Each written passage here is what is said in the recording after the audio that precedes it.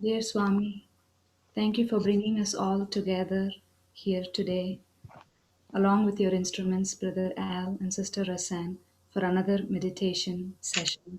Swami, we want to thank you immensely for your continued guidance as we continue on this meditation journey. This year, especially, has been hard in several instances, but Swami, we are deeply grateful for this opportunity to come together for this wonderful reason to meditate together as a group. Swami, we pray that you keep us together and help us continue this journey today and every day. Sai Ram.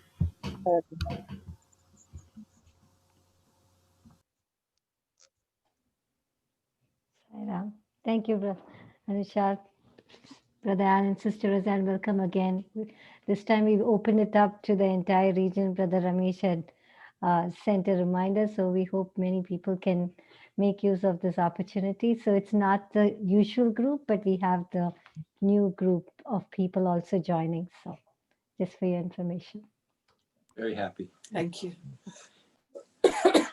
Sai Ram, everybody. It's nice to get together, meditating together, living, learning Swami's teachings together, sharing together.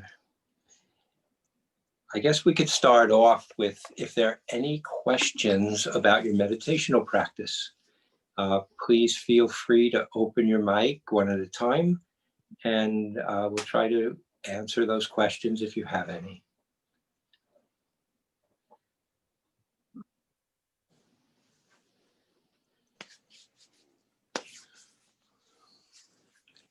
Let me start off then by saying that meditation is a very easy thing to do.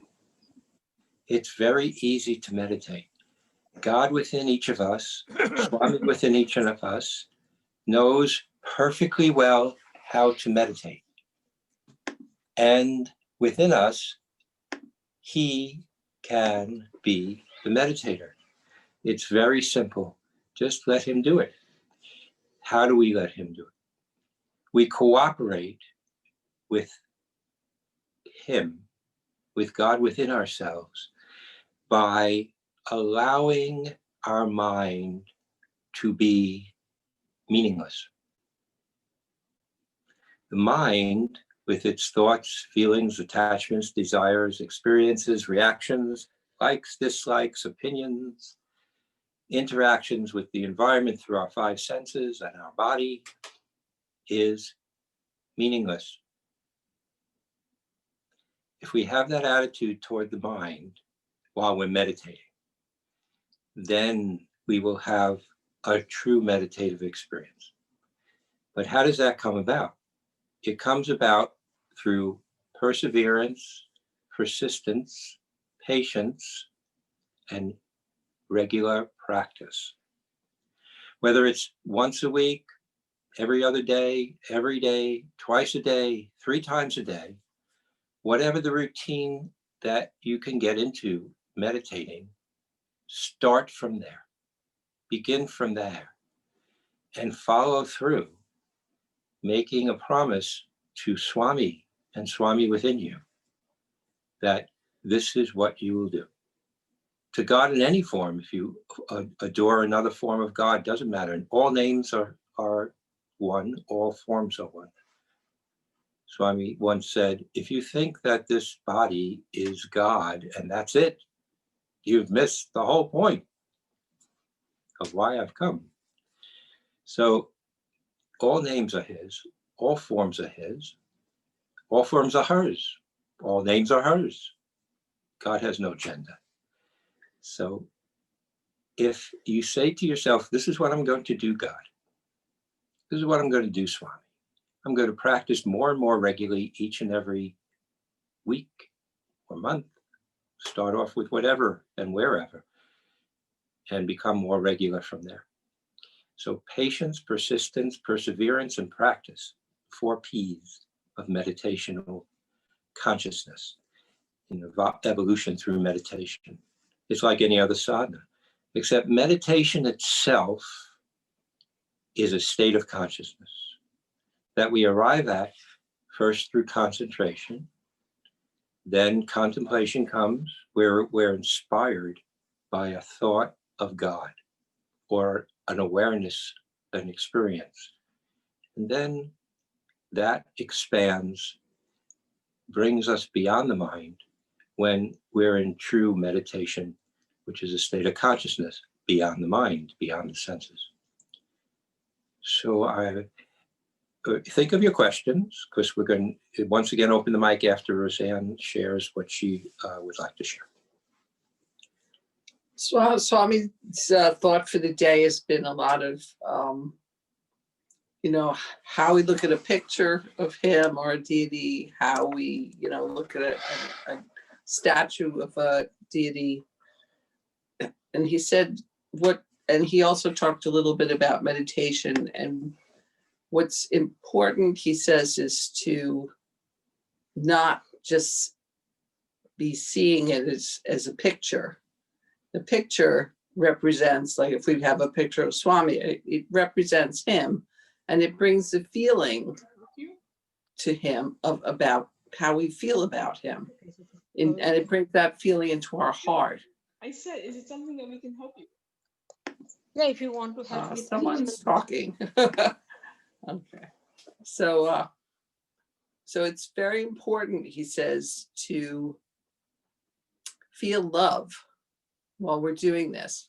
So there's the very basic is picking a time during the day, usually the first thing when we wake up, but it can be any time in a regular manner, and having the discipline to do that, to sit. But if we do our meditative practices and our mantras, if we do them in a mechanical way, we won't really be invoking God in a way that's helpful to us. We're just doing something in a mechanical way, and it doesn't bring God's love, because our love and God's love is together what we're looking for, unity.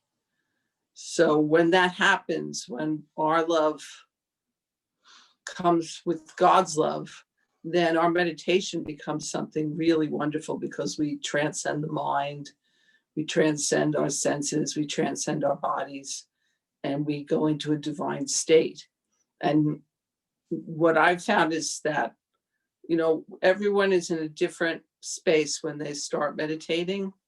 Some people have many lifetimes of meditating, and it just takes a second, or a few minutes for them to have an experience, and other people have to work at it. And we don't know what our past lives are, so we might have to work at it.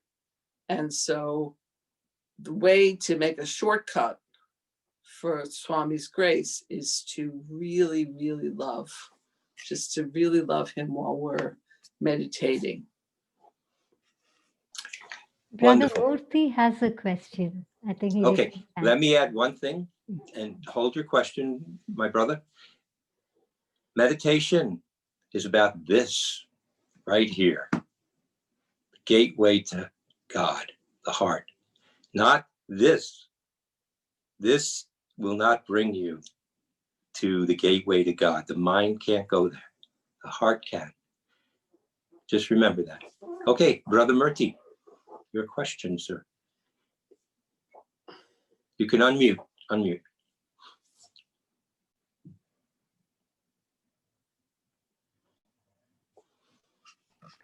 He raised his hand. Yes. Let's unmute Brother Murthy.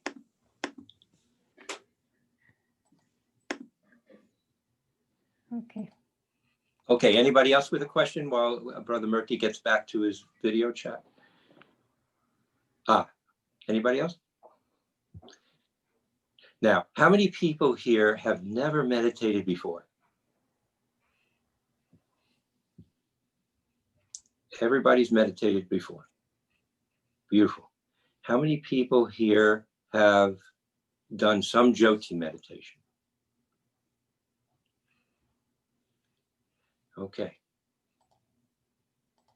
Nobody's done Jyoti meditation. If you're nodding your head, I can't hear you. Okay. We did, yeah, I did Jyoti. I do Jyoti pretty much every day. Good, good, good. Okay, I see some people are doing Jyoti meditation. Jyoti meditation is a wonderful imagination, visualization of what the mind's transcendental reality can comprehend. However, the state of meditation is beyond the mind. So at some point, we let it go. We let it go. How do we get there? Swami says we use a thorn to remove a thorn. We use the mind, following a mantra, following name and form, following the imaging of light, the feeling of love, to remove the mind's blockages. The mind is like clouds, or like clouds. They hide the sky of consciousness, the sunlight of our God self. They hide it. So we want to let go of thoughts, feelings, and desires and attachments. But the thing is that while we're meditating, the mind is going to insist on thinking. And not until we're dead will it stop. That's the nature of it. So what do we have to do? We have to let it be enamored with ice cream. That's what a mantra is. It's like ice cream to the mind. It wants it. It loves it. It feels good. So a mantra attracts the mind's attention. Because it feels more and more pleasurable, it starts to follow the mantra instead of its own thoughts and feelings. But it takes about 20 minutes, 23 minutes to be exact, before the mind loves it so much that it just gives up thinking. About 23 minutes, definitely by 30. So if you're only meditating for 20 minutes, it's going to be tough to get to that state beyond the mind. So Swami says it takes about 23 minutes. And the problem is that in the meantime, what do we do with it? Well, when the mind attracts our attention and we notice, we just gently, easily, and effortlessly come back to where we last left off in the meditation. We never, ever fight the mind. We don't criticize the mind for thinking. We don't judge it for thinking. As a matter of fact, when we are meditating, stress is being released. What is stress? Karma, past karmas. That's all that stress really is. So we can say it because we're all of that ilk that we understand karma. We can say when we're meditating, karma is dissolving. But when karma is dissolving, the mind will have thoughts and feelings as a result of the dissolution of karma, because there's things that were reactions to that, attachments to that. And the mind just kicks up into thoughts and feelings that usually have nothing to do specifically with a particular karma. It's a whole range of karmas, so we can't really associate one thing with another thing of the past. It just is doing what it does, and we completely ignore it. We don't get involved in it. When taking out the garbage, we don't look through the garbage to see what we got rid of. We just throw it out. And that's what happens in meditation. We're throwing out the garbage. We're dissolving it. By the grace of God, which it does take, appealing to God's grace is what brings deeper states of meditation and eventually enlightenment. This is the truth. You can't do it without God. It's not possible. So we love more, we serve more, we love all, we serve all, we hurt never, help ever. We do all those teachings that Swami's taught us, and by his grace, it will happen. It will happen. As a matter of fact, Swami has guaranteed that it will happen. We follow his teachings as best we can, and we give the rest up to him. We can only follow the teachings as best as we can. He knows we're going to fall down. He knows we're going to slip up, and that's fine. Just don't give up. Just do the best you can and correct yourself whenever you can. But if you find yourself not capable of correcting yourself, complain to him. Swami, you're the doer. Why can't you stop doing this within me? Take that attitude. I'm doing the best I can here. I can't stop doing it. You are the doer. You stop doing it, Swami. I know somebody that complained to Swami directly like that. And he started laughing. And they said, why are you laughing, Swami? This is the truth. You're the doer within everything and everyone. So therefore, you're doing bad within me. Why do you want to do bad within me, Swami? He gave her her wish. She had completely surrendered. She even said, everything good, bad, and the ugly is you, Swami. So stop it within me. So you can do that. Nothing that we do is by our doing. We do the best we can. Swami also said, when you do your job, you have to take it so seriously, like you're the one doing it, and do the best you can. Then I'll take over and do everything else. But you have to take it so seriously, like you're the one in charge and you're the one doing it. You do it the best of your ability, like everything depends on you. But you realize it's all me. But never become lazy and blame me. Don't tell me to do it and you watch and do, okay, I did my best I can, but it's not really the best you can. So we got to do the best we can. Then Swami will take care of us completely and thoroughly. And that includes meditating within us. Any other questions? Any questions? Sai Ram, is it okay to meditate before going to bed? Yes, I do it every night. Matter of fact, I fall asleep doing that. Because why? Because meditation is deeper than deep sleep at times. And so I love going to bed. I sit in the bed. I end up with my head in my chest. At around an hour or two later, I lie down when I wake up, and lie down. But the fact is, the first couple of hours with very deep sleep, it's very nice. I had to develop very strong back and neck muscles because of that. Thank you. You're welcome. Yeah, another quick question. If we start off meditation for like 15 minutes every day, just to make it a practice, some days we're not getting enough concentration, but just to make the habit, I'm sitting through the 15 minutes, mind is distracted. So is it okay, even if some days the meditation is not fruitful, but we're trying to inculcate the daily habit? Meditation, nishkama karma applies to meditation just as much as everything else. So we practice, the fruits are up to Swami. Then, and we practice. Now, in the mornings, when you meditate after just getting up, maybe 3 a.m., 4 a.m., 5 a.m. For me, it's 8, 9, 10 a.m. because I work late. So it doesn't matter as long as you meditate. Best time is 3 a.m. If you can't, then do whatever time you can. In the mornings, already the mind is very rested. It's not going to be going much deeper. You already came out of sleep. So you're going to be working a lot on your past karmas, not the day's karma or the week's karma. You're going to be working on your past life karma. Now that's a little tougher to erode. And sometimes it feels like you're getting nowhere. Persistence furthers, never, ever give up. Now, time, 15 minutes is nice. Good start to a practice. 20 minutes is better. 25 minutes is better, and 30 minutes is better than that. So Swami has said, practice twice a day, 30 minutes, build up to it. Why? Because at about 23 minutes, the mind gives up. It stops functioning. And then you're sitting 7 minutes in samadhi with full benefits of that depth, which is a lot of karmic erosion. So that's why, 30 minutes is a good time if you can, once or twice a day. But you can't instantly go to 30 minutes. You'll be very, itchy and, want to move and all that. So you got to build the mind up to practicing to that point.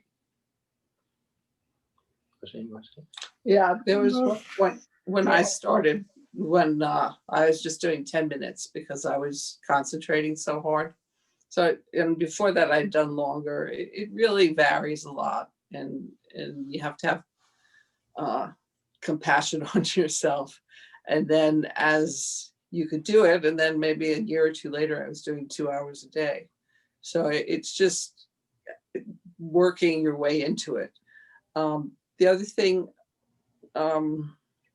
that's important is right now when life is very stressful, everyone seemingly has anxiety, it's difficult. We have older relatives, we have children, possibly, that aren't in school and don't have friends, all sorts of things.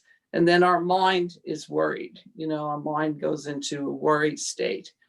And the thing I found through the years is sometimes you just in a worried state during meditation, but a lot of times if you're worried enough, you can break through it and go into a divine consciousness, because we feel so desperate to get out of our anxiety and all our crazy feelings that surrounds us in the world.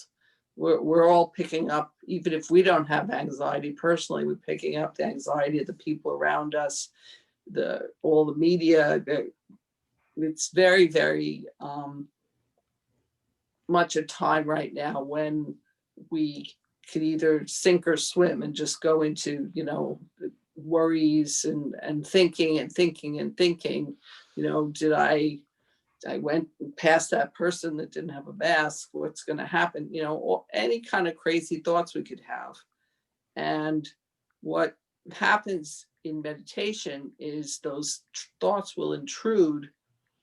And then if we're feeling just like we desperately need to feel better, it like sometimes there's a real breakthrough in meditation, that when things are just pleasant or just normal, we won't have that same sort of desperate feeling that we have to get past it, and so these times that are difficult are sometimes the best times spiritually, because we really do push, and beg God to help us, and that kind of strength of feeling really pushes our mind aside and creates something really better for us.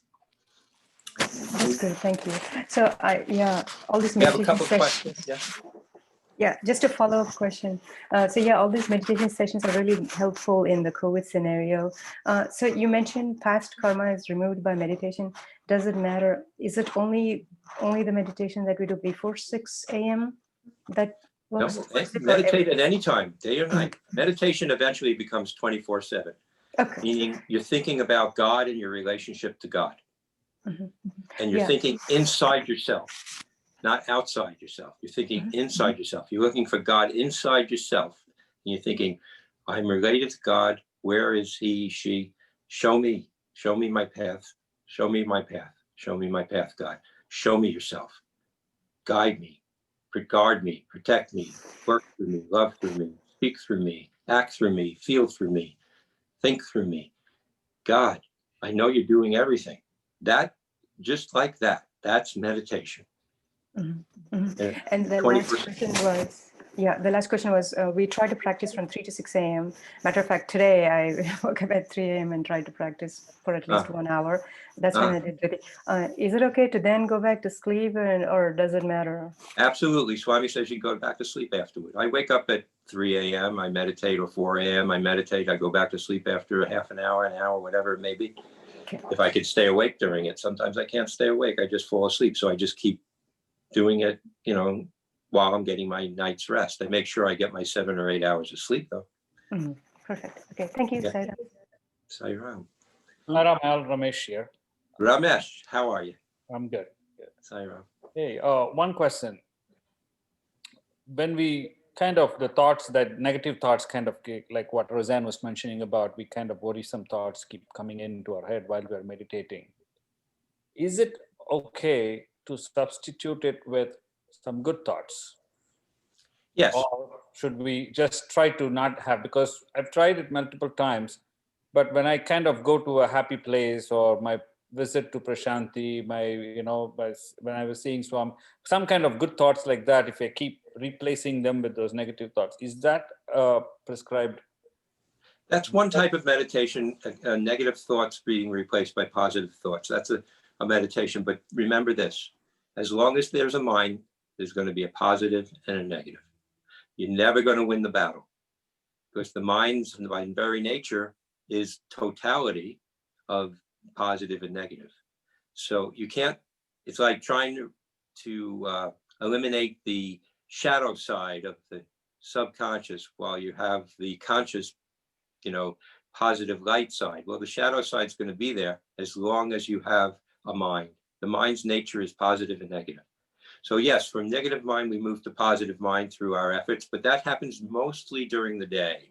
In meditation, my approach is, I don't care what the mind's thinking. It has nothing to do with me. I'm not the mind, nothing about it. I'm not the body.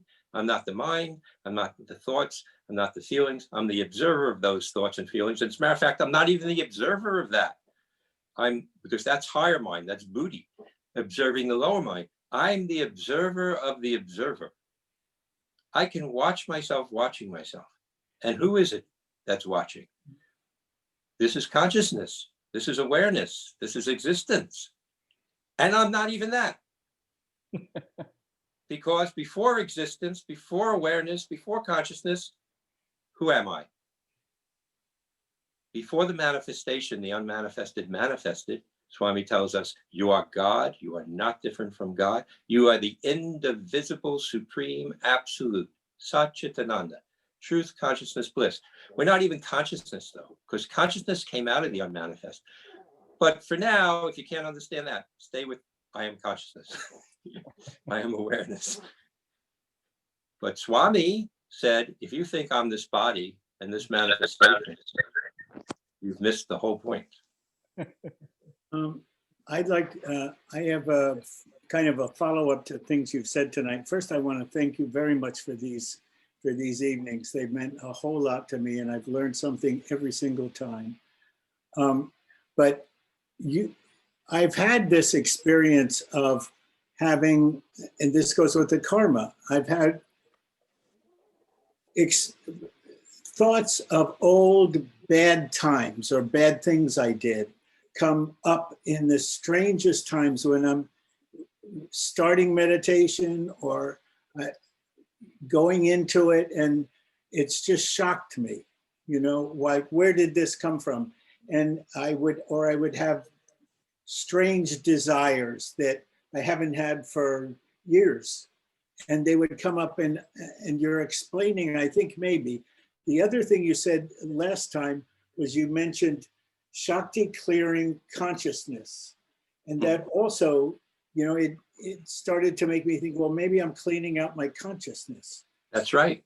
But I'm wondering about all these things happening, because my first thought was, all right, this is going to ruin my meditation. I'm having these bad thoughts. But it didn't.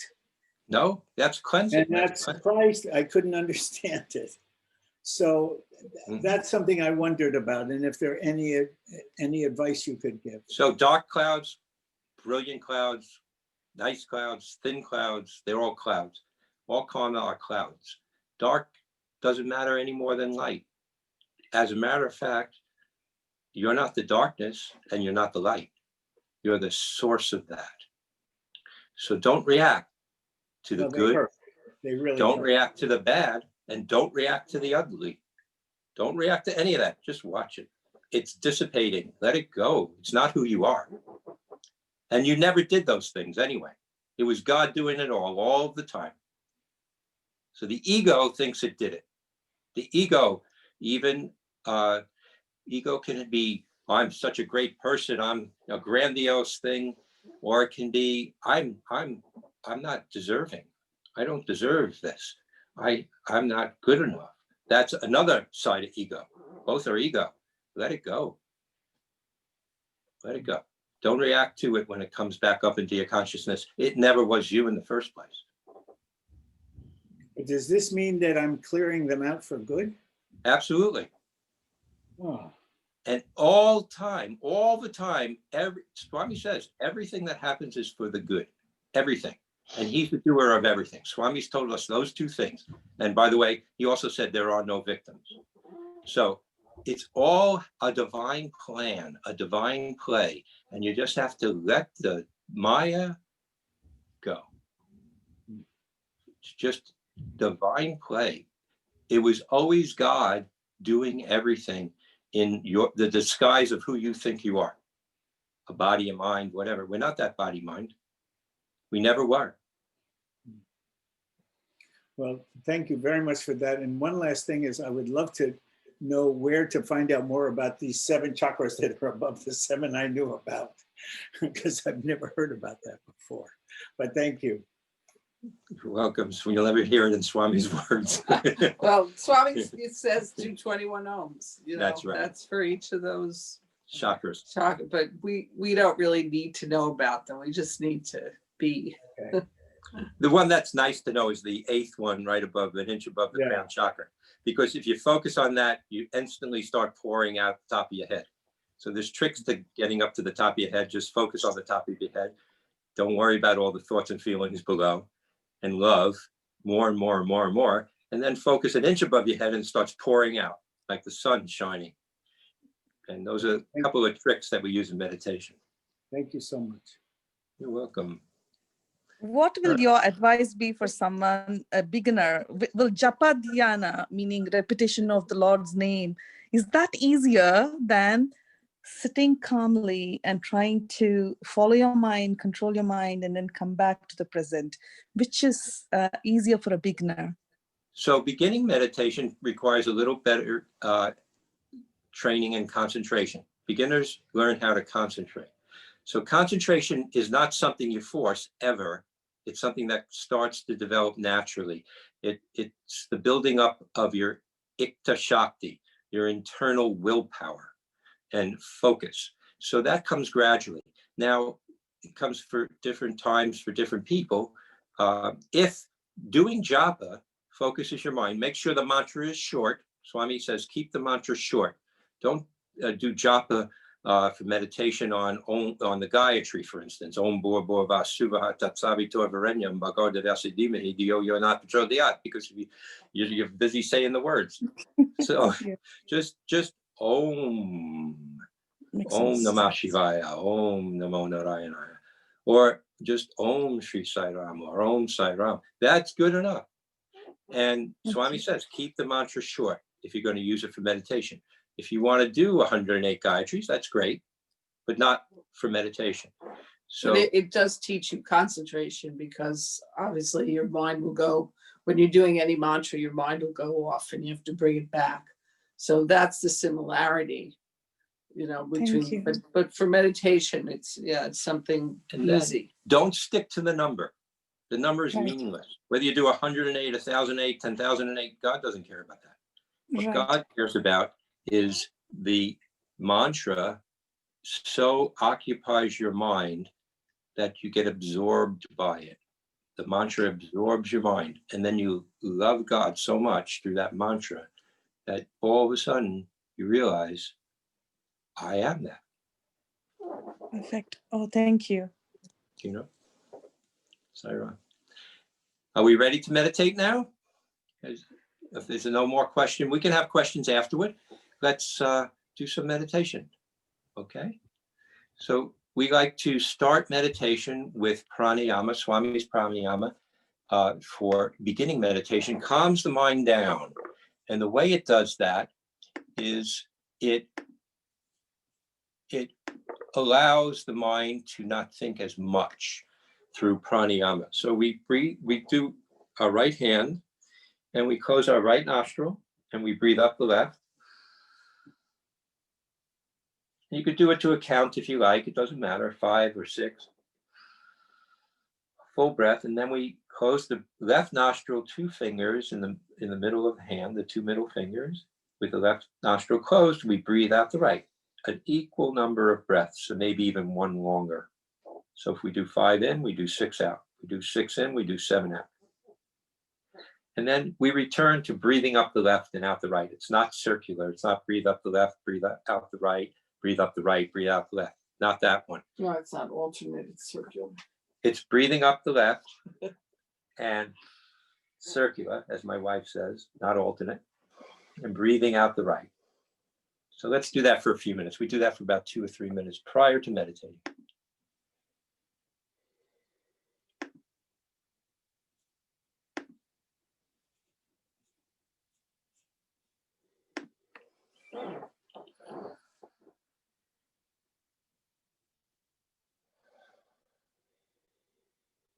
We do it with our back comfortably straight and our head comfortably erect. You could do it with eyes closed or open. Closed is better though.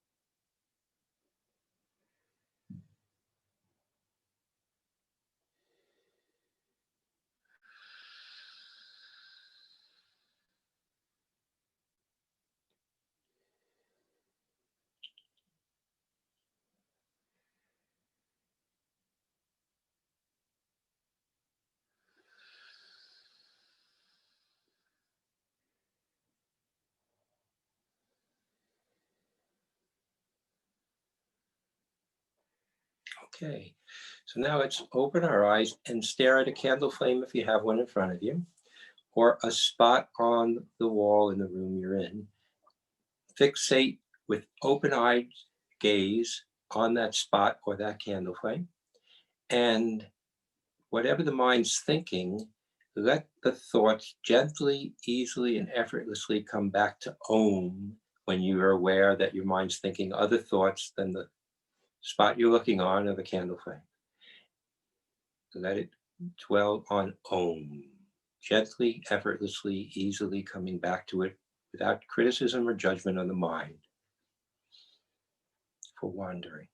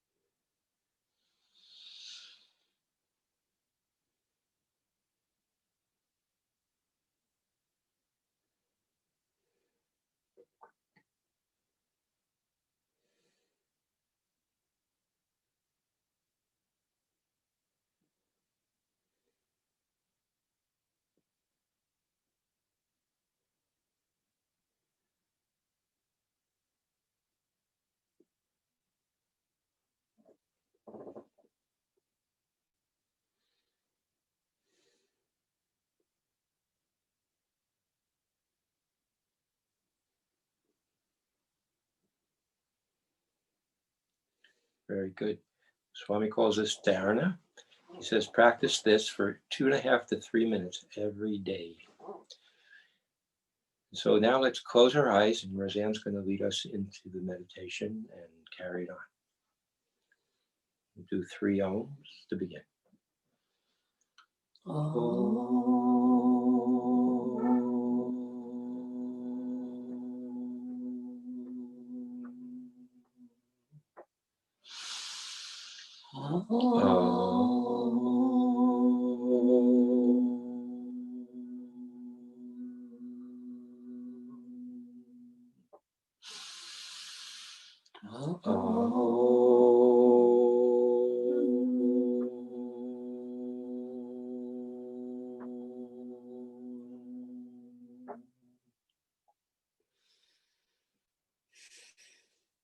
So imagine a candle flame.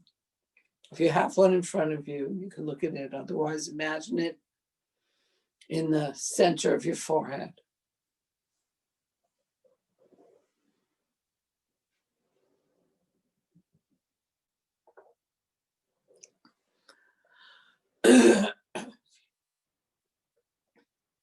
See it very intensely there.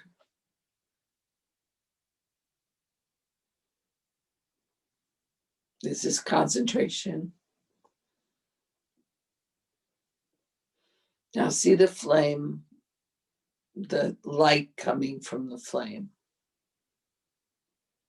Feel it filling, and you feeling it now. Feel it filling your forehead. You see it shining there. You just visualize it.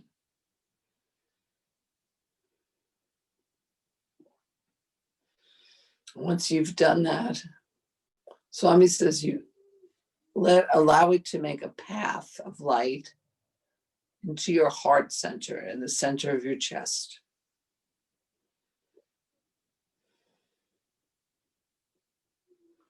Now picture that flame there and that light there. Feel its warmth glowing in the center of your chest. That's your heart chakra.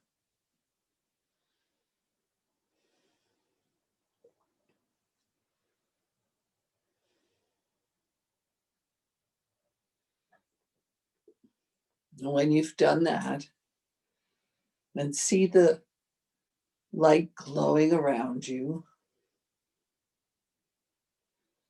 filling your heart.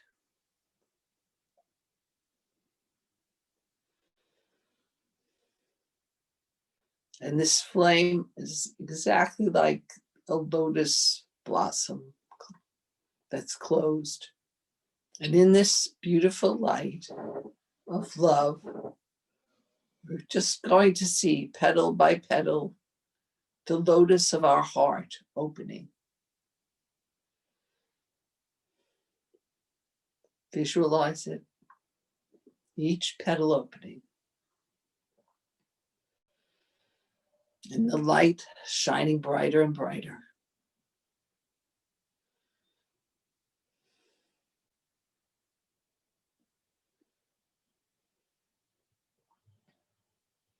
Feel the love comes as your heart opens.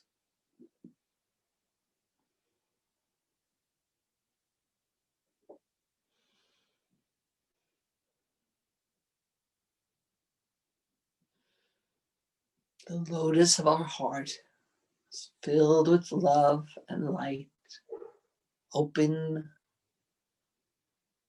loving.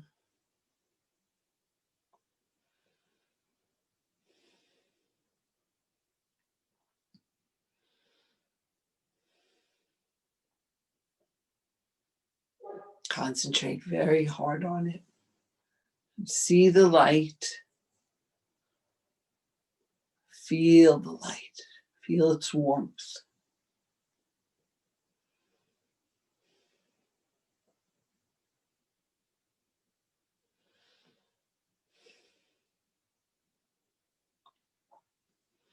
Open heart full of love.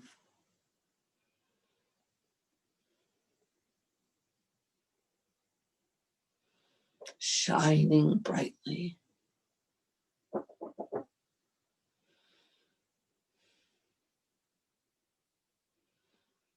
Now feel the light is getting brighter and brighter. Visualize it. Feel its warmth. Filling your torso. This light is shining out, shining into our physical heart, bringing good health, perfection. Feel it in the lungs, shining in the lungs, and all the digestive system. Feel it full and shining, good health. Now see the light getting brighter and brighter, and shining down into your legs, to your feet, feeling relaxed, perfect. All the atoms are filled with light. There's no pain, there's only light. It's perfection. Feel it coming up again through your torso and up into your shoulders, and your shoulders are so relaxed. They feel warm and full of light.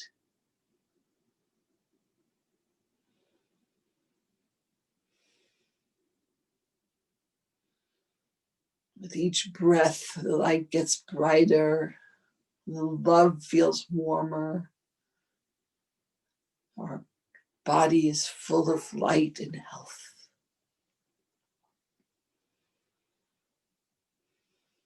Feel this light shining down your arms into your fingertips.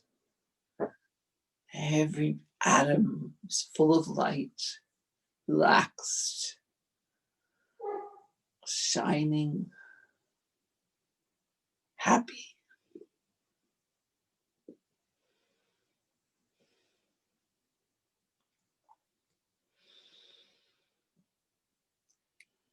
Take a deep breath in, feel the light rising. This love is rising into your throat.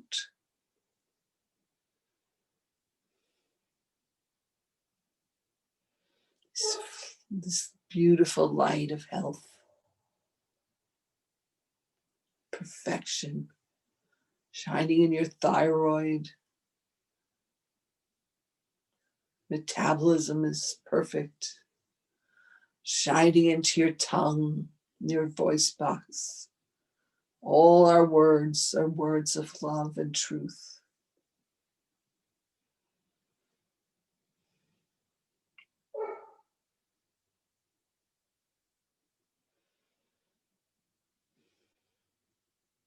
Feel a tongue filled with light. Whatever foods what we eat are filled with this life-giving force, healthy foods. No longer desire what is unhealthful. Feel the light shining within.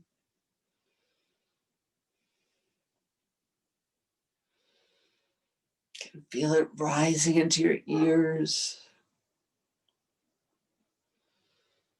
You hear the words of God.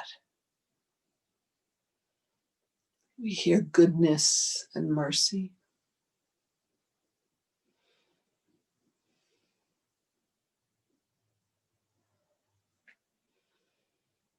We hear truth.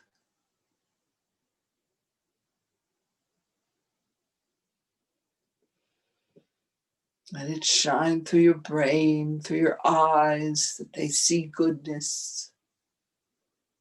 Everywhere is light.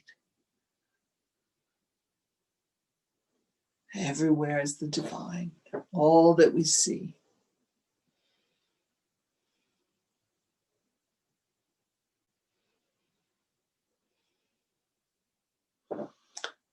Brain is filled with light. All the old patterns of thought are disappearing, and the patterns of perfection are shining. So our energies rise into our forehead.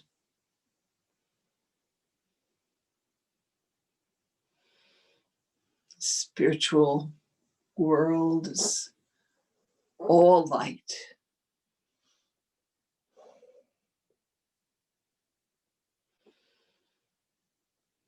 Let it rise, this soul, this light and wonderful love, rise to the top of your head. Oneness of love.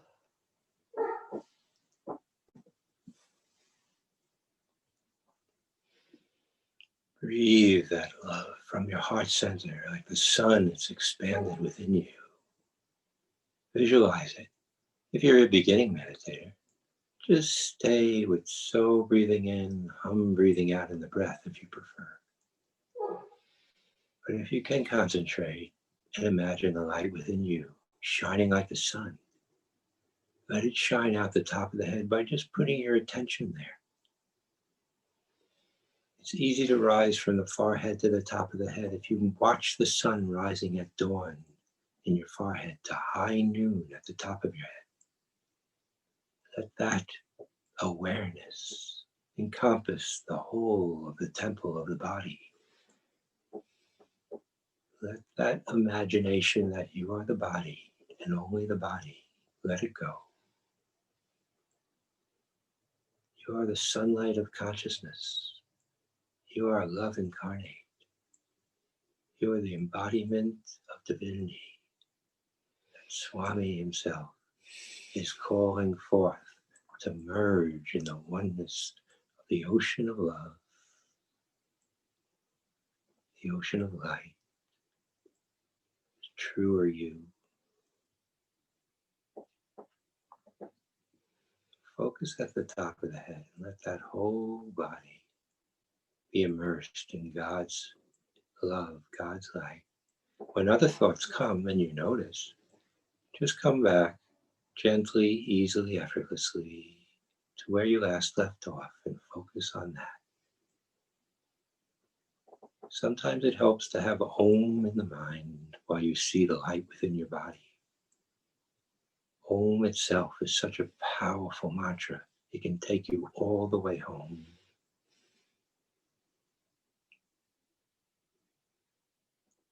So now come with me, those who dare. Let that top of that head open up. Focus just a little bit above it, about an inch above the top of the head, and let that light flow out like a fountain of love all around you.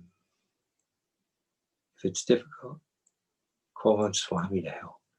He's more than happy and willing and waiting and able. He loves when he's called upon to help those who would love to merge in the light of divinity, the true self within us all. Om. Shining forth like the sun now, light flowing from within you, all around you, and filling the room you're in. And the boundaries of the body become transparent. You're the sunlight of love shining forth unto the room, unto the community around you.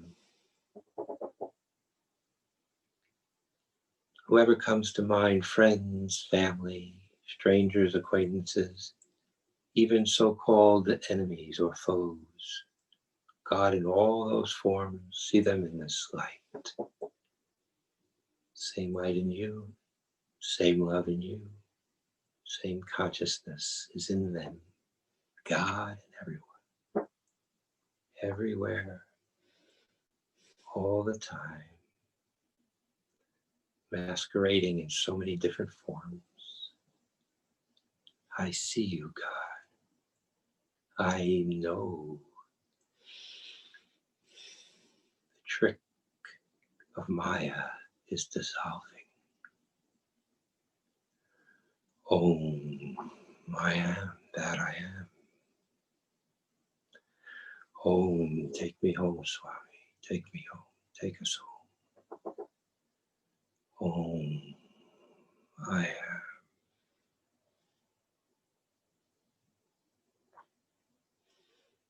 Recognize divinity in everyone, in the earth entirety. It all turns to light.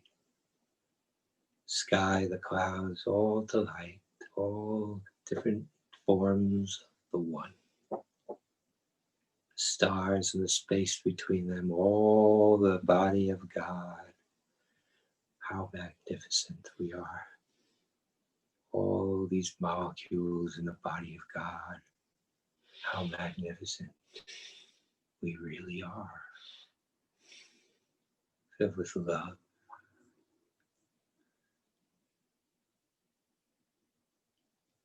Loving ourselves in so many forms and names. The unconditional love of formless God tracks us back into the ocean of love. We are raindrops merging in the ocean of love. Om. I am that I am. Bless us, Swami. Take us home. We yearn for your love and the oneness of love. Take us home, oh Baba, take us home.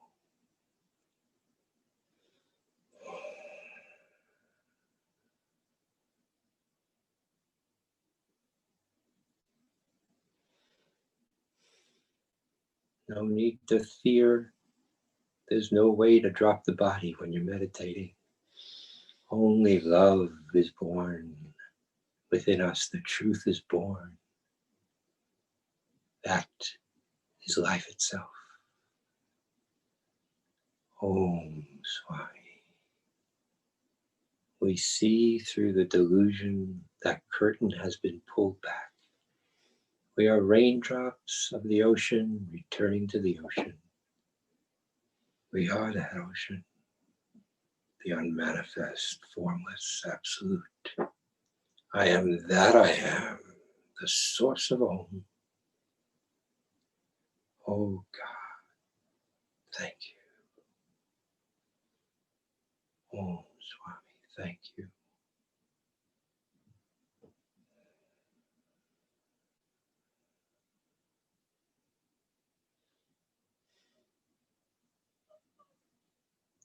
When the mind wanders back into the release of karmas, or just wanders around, when you notice, come back gently, easily, effortlessly,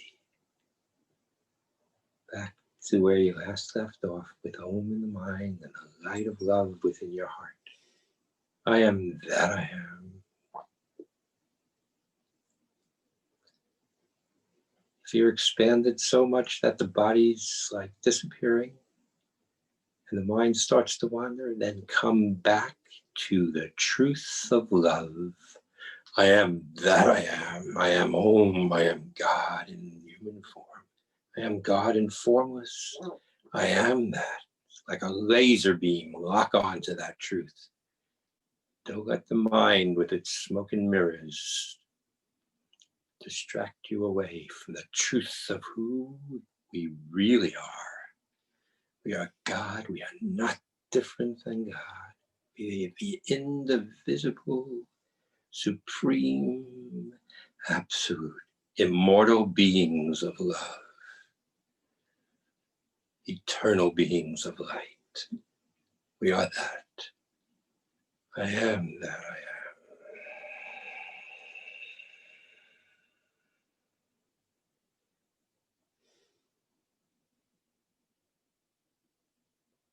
am. Swami's grace. Om.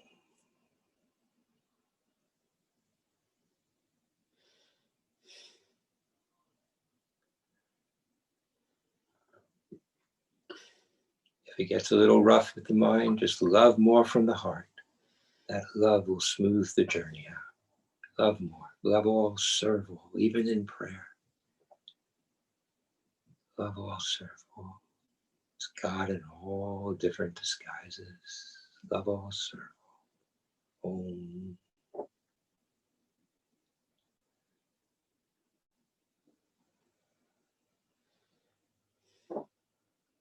Let it all go. All that remains is Om and the God within you. All around you. Om. Thank you.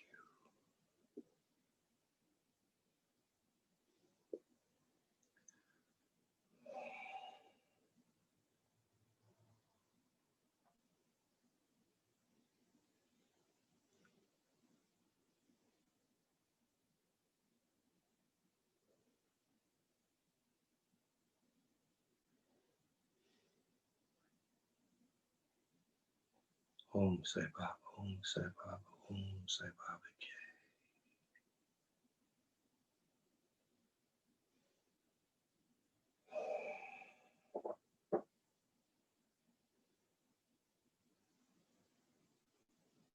Rest in that. Rest in your true self.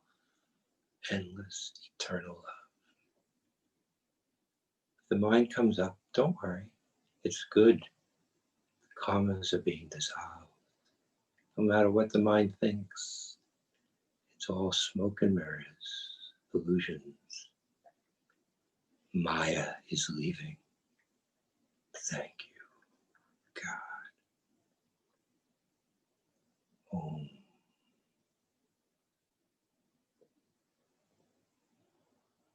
Love more.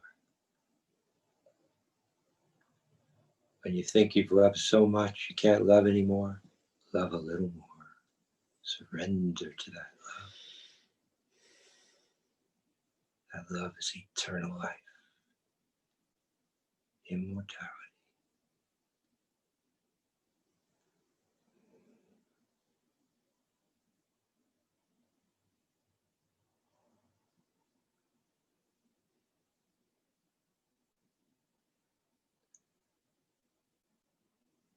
If the mind comes in and starts thinking other thoughts, channel the mind to pray for the world and all beings in it. May they be healthy, happy, prosperous.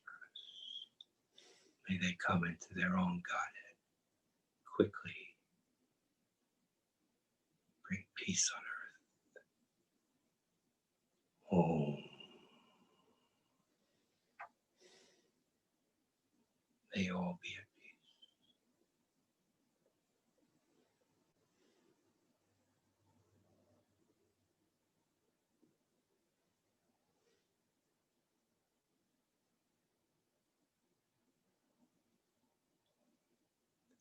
I am that I am.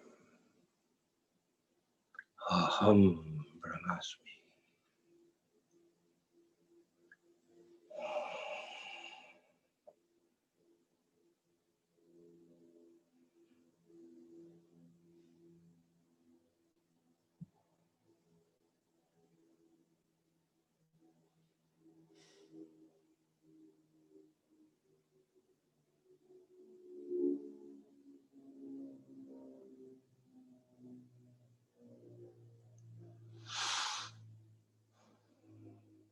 For beginners, when the mind kicks back up, don't be frustrated.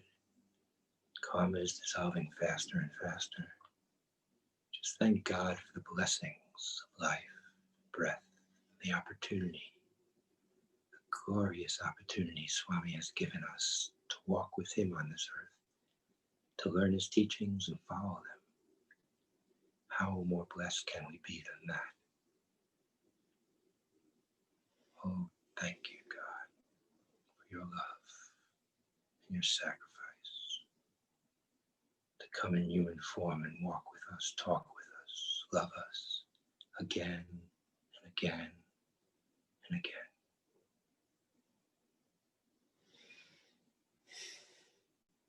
Thank you, Swami.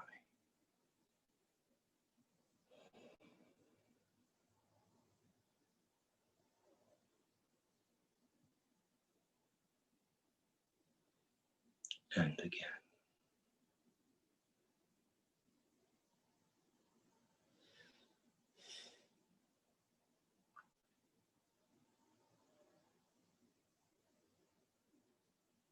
And again.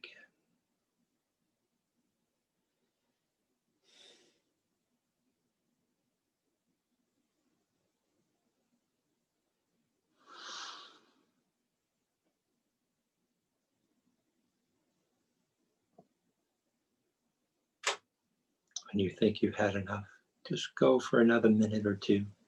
Just love a little more deeply. Dig a little more deeply into your heart center, to your soul self. The light within you of love grows stronger and brighter with each and every day. Om. Om Shri Saram. Om Shri Sai Krishna. Om Shri Prema Sai Baba. Om.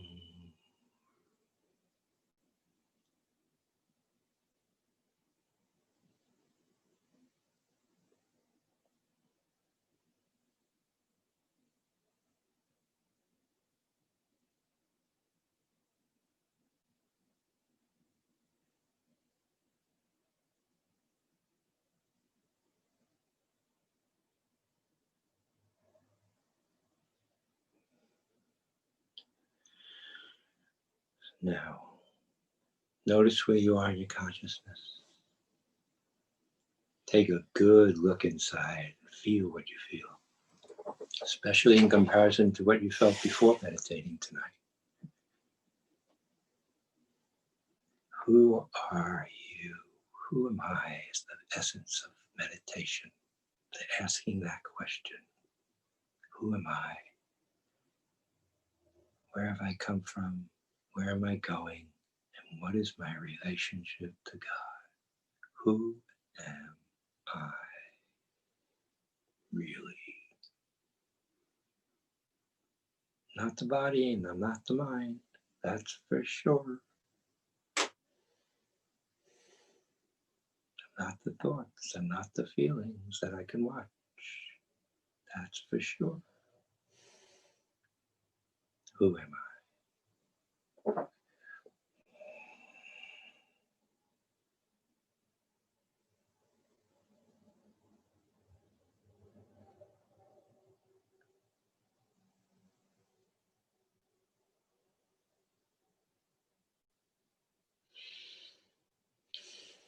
So breathe that awareness back into the body now.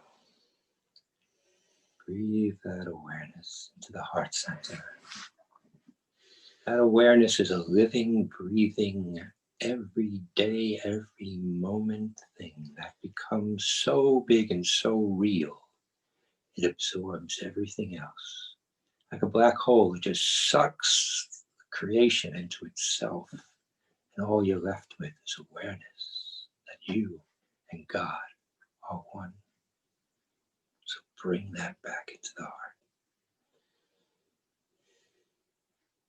Bring that consciousness grounded in the body. Don't leave it out there somewhere. Don't treat it like an ordinary day, an ordinary night. There's nothing ordinary about the day. There's nothing ordinary about the night. Each moment brings us closer and closer to God's love, to truth, to who we really are.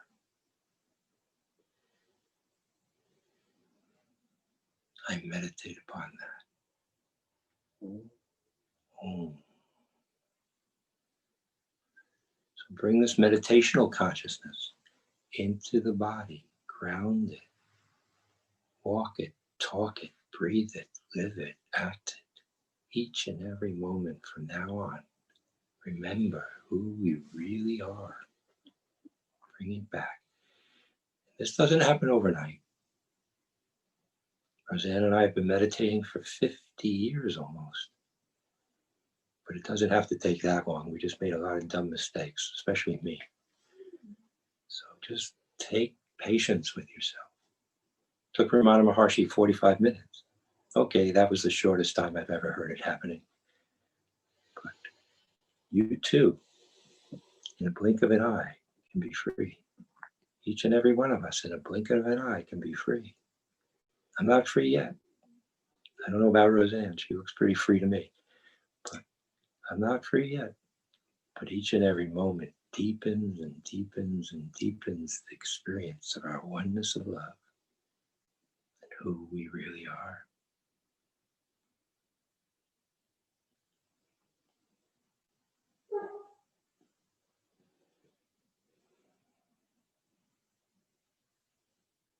Never give up.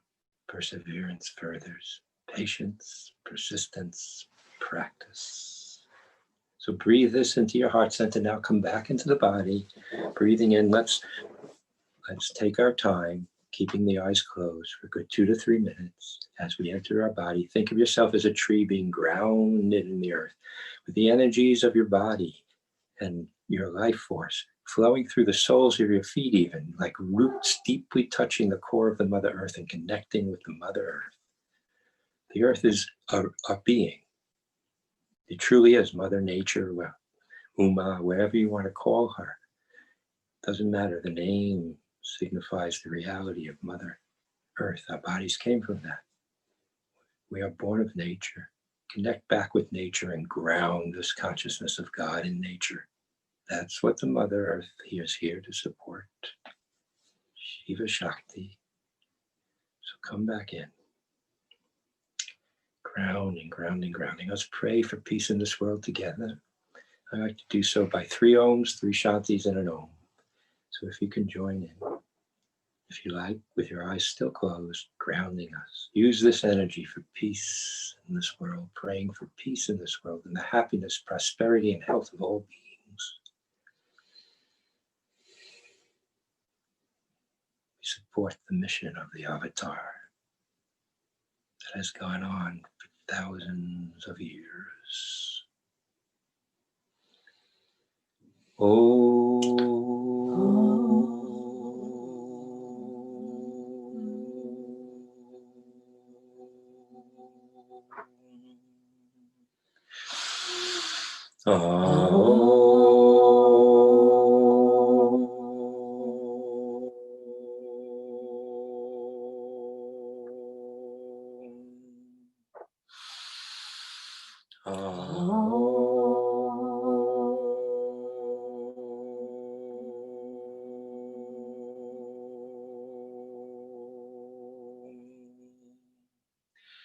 Shanti, Shanti, Shanti.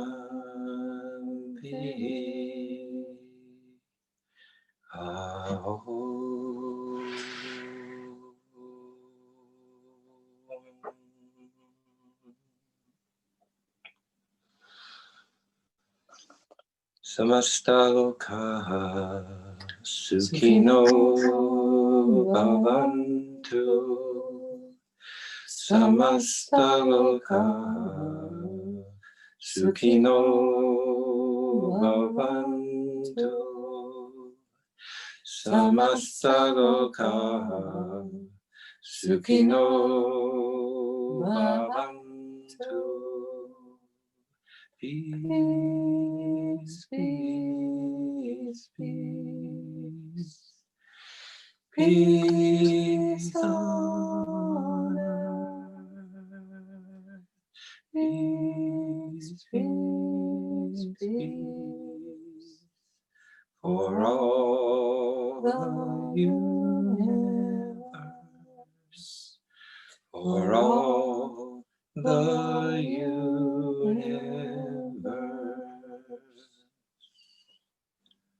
Om. Thank you, everybody. Thank you very much. We have a little bit of time. If you want to take your time to come out of meditation, please feel free to take as much time as is necessary. So if you have any questions, please feel free to ask. Yeah, I have a question. I am from Munster, Indiana, Sai Club. Yes. Yeah, we are doing meditation for silencing our minds. Could you please explain the difference between meditative stage and samadhi stage? What stage will quickly reach the God? All stages reach God, number one. Number two, if you fight with the mind and you want the mind to silence, I can guarantee you it won't. The mind is like guerrilla warfare. It is going to go underground and get you back. So if you fight the mind, good luck with that. That's a real battleground. And that will be, you'll lose. So don't fight the mind ever. So if you seek to silence the mind, the best way to silence the mind is to distract it with something pleasurable, such as another mantra or Om. So when you're meditating, meditate on Om, meditate on the name of God, meditate on the form of God. That's the best way to silence the mind.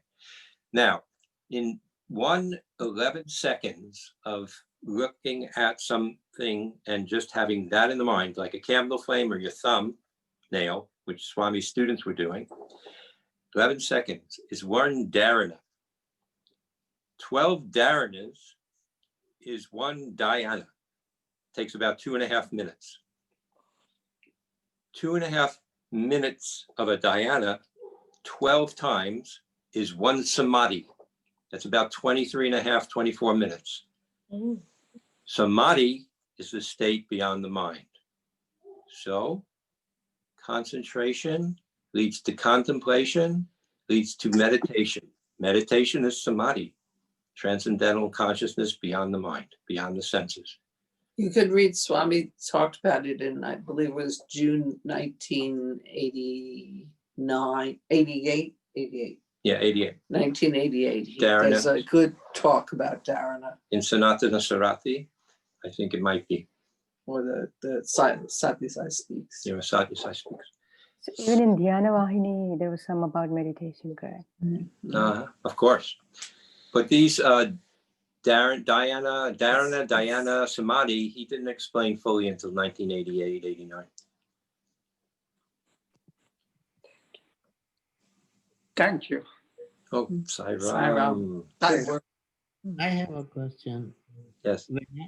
When I'm doing the Jyoti meditation and I close my eyes, I don't see the light. What am I missing? So the light is imagined, not seen. In reality, the light is Maya. But imagining the light is subtler states of mental functioning. And that subtlest state of mental functioning where the light is there can let the mind transcend the mind, just like a mantra can. So we're imagining something more sublime, closer to reality. Now, enlightenment is a different thing. There's self-illumination inside. You close your eyes to this light. That's full enlightenment. But that doesn't happen until full enlightenment. Even then, Swami said, it's not an explosion of light. It's a very subtle sparkling within the velvety darkness of the interior perception.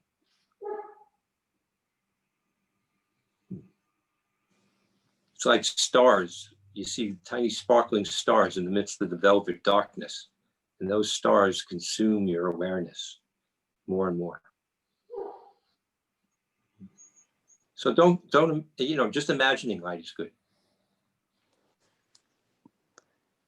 To follow up on that question, even I don't see the light.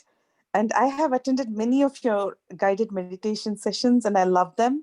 But this time, when you were asking me to follow the light, I was desperate to find it that I felt trapped and I was panicking.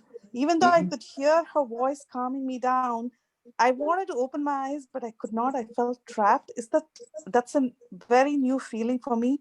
And then at one point I started feeling like I'm in this darkness and not able to break out of it. But I knew it was all in my mind because I could hear her speaking to me. But is this common? This is very new to me. I did calm down after some time, but I was panicking for maybe 1 or 2 minutes, but it seemed like a long time. And I couldn't open my eyes at all. I tried hard, I could not. Until we know who we are, we're prisoners in the body. You felt like a prisoner because you were trying to find out who you are, but you have not yet found out. You know intellectually who you are. The good news is, Swami says, even if you know intellectually who you are, you're free. That's all you have to know. You just have to intellectually know during this depth of the Kali Yuga, I am God, I am one with God, I am not different from God, I am the indivisible, supreme, absolute, Sat Chitananda, truth, consciousness, bliss, grief and anxiety can never affect me, I'm ever content, fear cannot enter me. I am God, I am not different from God. If you believe that, you're free. Wow. Okay. That's what Swami said. Thank you. You're already is this common? Is this common? Is this something you've heard, that people feel trapped suddenly when they are in this guided meditation? Yes. They can't get out. Oh, okay. Thank you. But you were in a state of semi-samadhi. So you were transcending the body-mind function.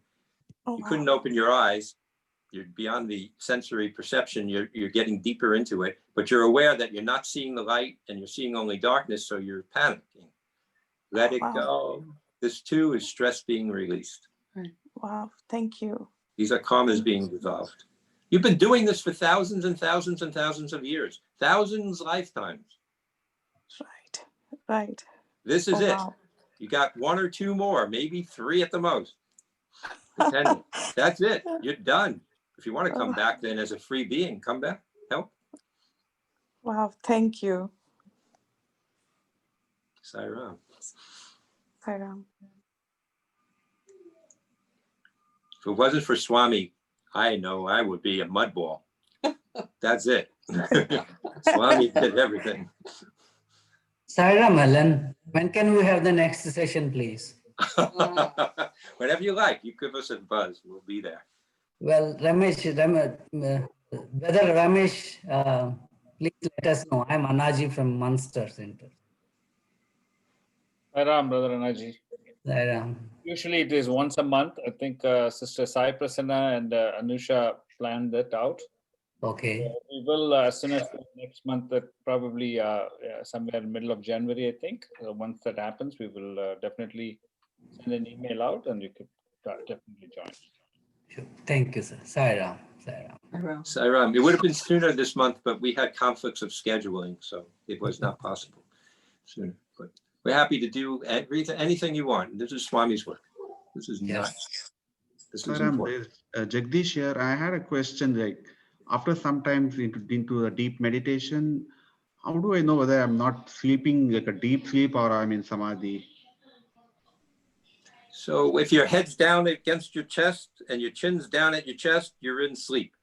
If your chin's up and you disappeared, that's samadhi. Okay, thank you. It's simply that. So when you come out, if you have to lift your neck and head and that was sleep. I had a good rest. All is good.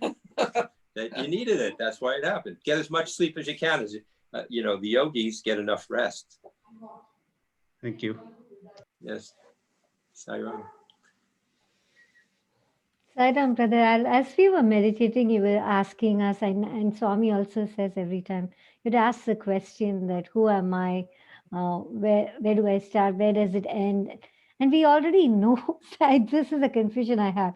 We've heard Swami says that we are God. And when you ask that question, it's the mind that tells, yeah, you're God. And then I wonder, why am I asking this question? I know this, but then what is that experience that should come when you ask this question? And we can do that methodically, but what should we? So Roseanne can speak to this equally, but I'll take it a little bit and then she can add to it. So we ask with our mind and we know with our mind, but in our heart and in our soul, we will have the experience. So our mind asks the question, then we take that question and we dig deeply into our heart center, into our soul experience. Who am I? Swami, show me who I am. Yearn for it like the breath. Breathe with it enthusiastically. Swami, show me who I am. Who am I, Swami? Who am I, Swami? And you'll start feeling it. Now you're finding out. Not just intellectually, oh, I'm God, that's nice. Swami gave it to Al in an interview. He said, you know it because Al had the right answer.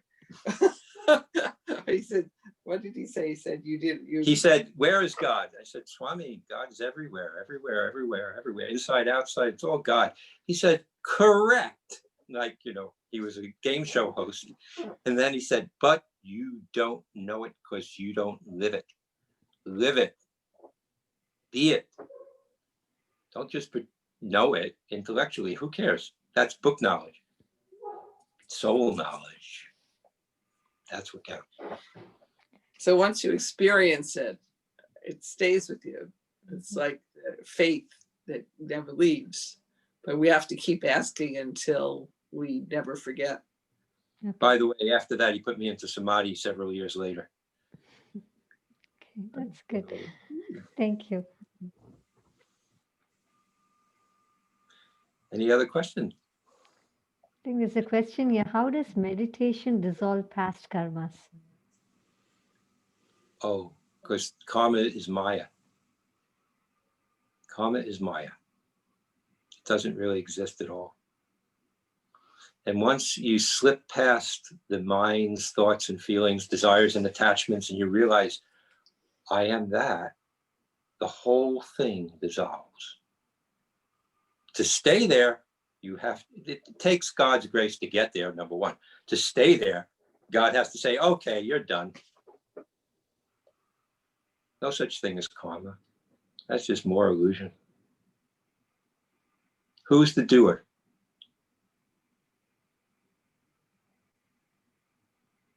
Karma is the realm of doing, but it only exists when ego is there, thinking I am the doer.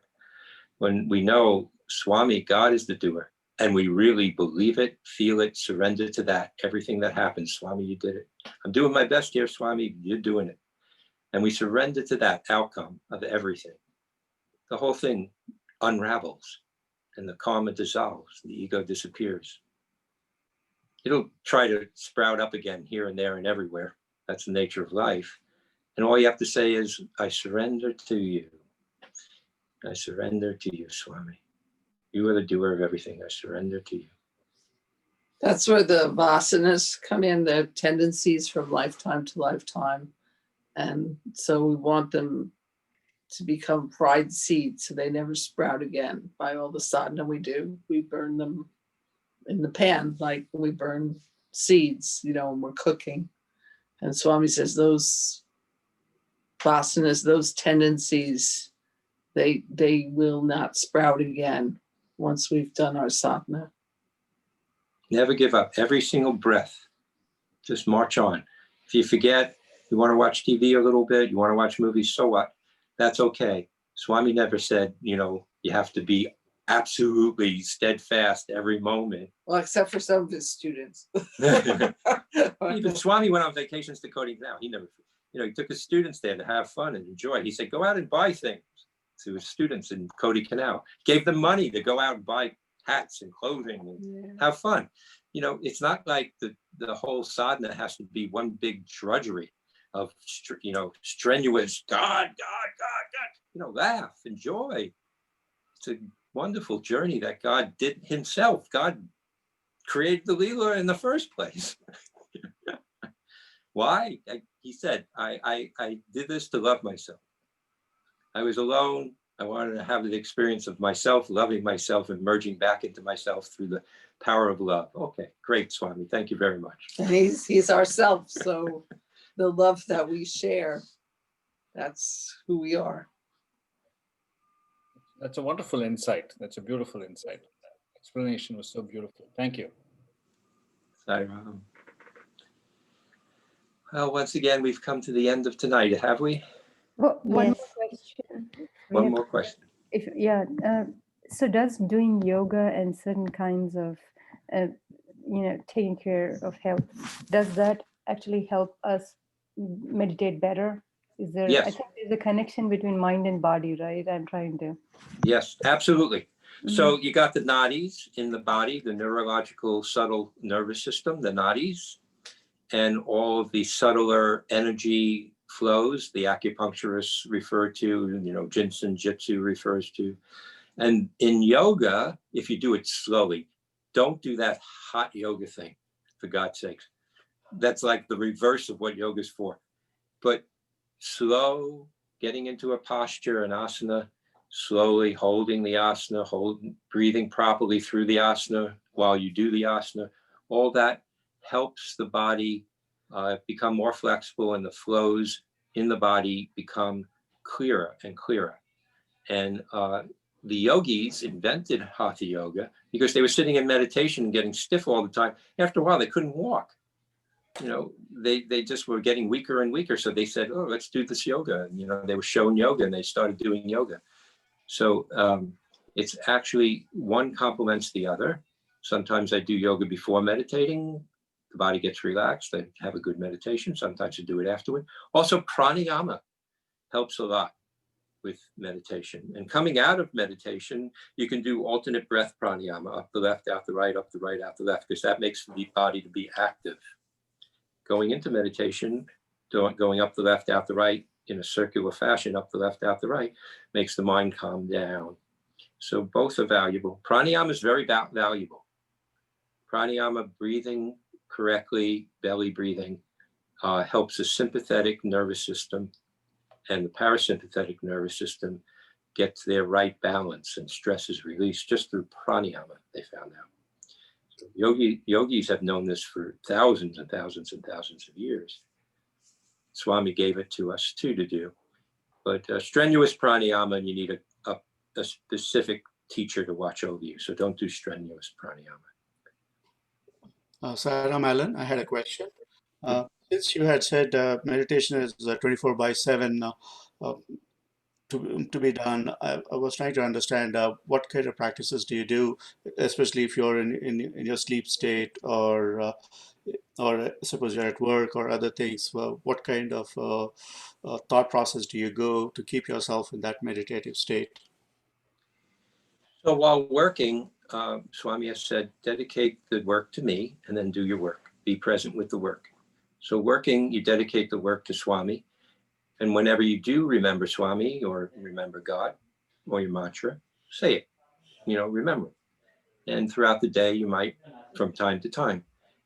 For me, in my office, in my back room of my therapy office, I have a picture of Swami. So I go in there and I just thank Swami for the health and happiness of each person that comes in, and try to remember that he's the doer throughout the day. At night, while eating, we do the Brahmapanam to remind us that everybody is God, everything is God. And then after, if we're watching a movie, say, Swami, I'm watching this movie for you, because I want to be able to do my sadhana in a more relaxed way. So like, for instance, I had friends, Hilda Charlton, maybe you have heard of her. She went to Sound of Music while she was living in Swami's ashram in Prashanti, and in Whitefield. She lived in the house in the women's wing. And she asked Swami, can I go to the movie, Swami? He said, what movie are you seeing, Hilda? And she said, Sound of Music. He said, okay. She went to see Sound of Music 12 times. She was living in India for a year. Swami said, okay, go. So good movies are good, uplifting, sattvic. Don't watch Rajasic or Tamasic movies if you can help it. But if you do watch them, just say, God, I'm watching this for you. You take it. Whatever you do, dedicate to God. At night, before going to bed, say, Swami, in the night, teach me, show me, come to me. I want to continue learning.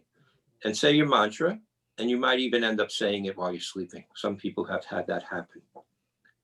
Right. That's remembering God as much as possible and who we are. Was anyone like? No, it's fine. So I think we got to go. Our dog's barking 3 times. And our daughter, we don't even know what she's doing. Thank you so much, Al and Roseanne, for your dedicated service of doing this. We started about a month before our Labor Day retreat, and then we are still continuing for the last 5 months. I think we will continue to do this, praying to Swami to continue to do that during the year 2021 too, and let all the people benefit from this meditation, because this is one thing that we talk about with all of them, with SSC and everywhere. So we just want to kind of make this happen, and we thank Swami through you, and Swami through you helping us in both ways, So really thank you from the bottom of the hearts for all the support and guidance that you both are taking time to do that. Well, we're very happy to be helpful in any way we can for Swami's sake and for the sake of everyone here. Thank you so much, Ramesh, and thank you, everyone. Thank you. Thank you. Saram. Thank you. Thank you, Saram. Remember, Swami is the doer. Swami is the doer. Happy Okay. New Year and happy holidays. Thank you. Happy holidays. Merry Christmas to all. And Thank if you you. Happy celebrate, holidays, Saram. Happy New Year. Sayonara. Happy New Year. Saram, thank you so much.